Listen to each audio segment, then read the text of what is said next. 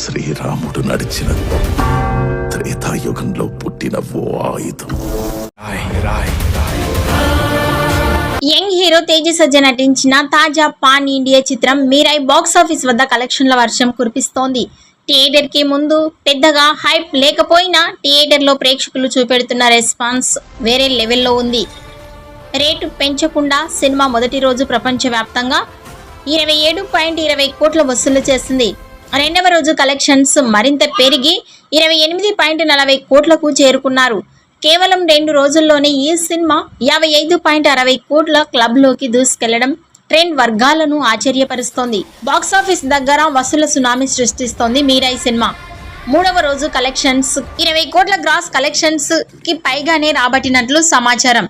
ఇక 4వ రోజు కూడా ఈ కలెక్షన్స్ ఏ విధంగా ఉంటాయో చూడాలి. మీరాయి కలెక్షన్స్ పై మీ అభిప్రాయాన్ని కామెంట్స్ రూపంలో తెలియజేయండి.